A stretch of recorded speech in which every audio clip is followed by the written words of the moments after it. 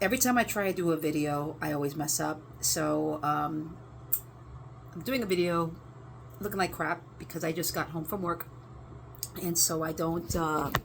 I didn't. I just wiped them. I wiped the makeup off and all that. So I just read a post from someone and thinking about the 21st century dystopia that we're all trapped living in. I've been thinking a lot about this whole thing of being a freedom fighter, and I'll be honest, I can't fight for shit. Like, I have a glass jaw. My sister proved that, and I also am terrible with guns because I'm scared of them, not because I'm a wuss, which is what people will say, but it's mostly because loud sounds scare the living shit out of me, and tactical ear gear does nothing. Like, I don't want to ever hear it go off. That kind of deal. I hate the 4th of July because it all sounds like people are blowing shit up and guns and bombs. So me being a freedom fighter of that kind will probably never happen. I'd get killed in like 5 seconds or accidentally shoot someone that's on my side. But the things that I'm concentrating on is what I have control over or what I can do. And I am thinking of looking into learning how to advocate even more for the community that I'm advocating for through the LGBT network. So I've been doing a lot of thinking about that too. It's very scary now. It's already been scary, but people, they make fun of people who are fearing for their lives because of this administration. But the people who make fun of people are the people who are seriously not affected by any executive orders that this dude is trying to put through. I'm very happy that the judge blocked the executive order to take away gender-affirming care from people under the age of 19, because 18, even in New York State, is the legal age. 18, okay? And because no little kid is getting puberty blockers put in them, neither are they getting any kind of surgeries because it's not allowed. Like literally in New York State, which is a trans safe haven here, it's not allowed. You have to be 18 years old. So the closest thing that they'll get if it's a child to gender affirming care is a gender affirming therapist, which by the way is totally the opposite of what freaking transphobic predators think it is. No, we're not forcing it on children, nothing like that. No, we're helping them understand what their feelings are. That's it. And it's usually them doing the talking and us asking the questions. That's really it, okay? But we do not write any weight path letters for children. Okay, that's against the law. But we do, however, respect their pronouns of how they identify. We call them by their chosen name. And if they're dressed up like the gender they identify with, then so be it. We're not going to judge them.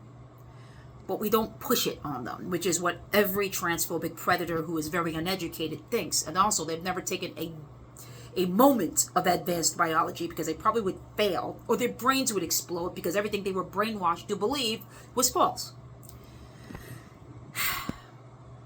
So I'm trying to get myself together so I can work with the LGBT network. We're already doing it at the practice I work for. And I want to learn some stuff. I want to learn some more advocacy stuff or advocacy things so I can maybe, be part of people in the libraries who talk or advocate for libraries or advocate in schools at parent-teacher PTA meetings and stuff like that to help people understand that diversity and intersectionality is not a fucking ideology. It's actually just human, okay? Feminism includes intersectionality. Anyone who tells you different I don't think is a feminist. They have people who are proud to be TERFs or trans exclusionary radical feminists, but in reality, they're not feminists. They're farts, which is a term I learned when I used to go on TikTok. I'm not there anymore and haven't been for over almost 3 years. But farts are feminist appropriating radical transphobes, which means they are actually cosplaying being feminists. Because bigotry does not belong in feminism. And I don't think they understand that because they do not consider themselves to be bigots. But they don't realize that the rhetoric they're pulling, all of that shit that they're saying is actually hurting the trans community. To make matters worse, the fucking LGB, they took the TQIA out, at the, as we all know, this happened a bit ago, a week or two ago, at Stonewall, at the National Stonewall Park in the city of Manhattan. Okay, they actually freaking took that down. Stonewall didn't agree to this. Just so you know, the Stonewall Inn did not agree to this. Not at all. And many of them went out to actually protest on Valentine's Day, which was, last Friday, against this. Because there is no LGB without the TQIA. There isn't, okay? There is no LGB without the T. Because it was the T that helped start Pride. And the fact that the LGB refuses to believe this or remember this or just wants to just erase the trans community, they don't realize that they're next. Because yes, it doesn't matter if you're lesbian, bi, or gay and not trans or queer or intersex or asexual. You're going to be next because Republicans don't like you. They never liked us. They hate us. They think we're an abomination, okay? So if you think that you're going to be safe, you're an idiot. Wake up.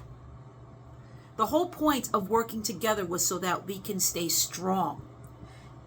The LGB walking away made us weaker and easier to divide and conquer. You realize that, don't you? You sealed your fate when you walked away.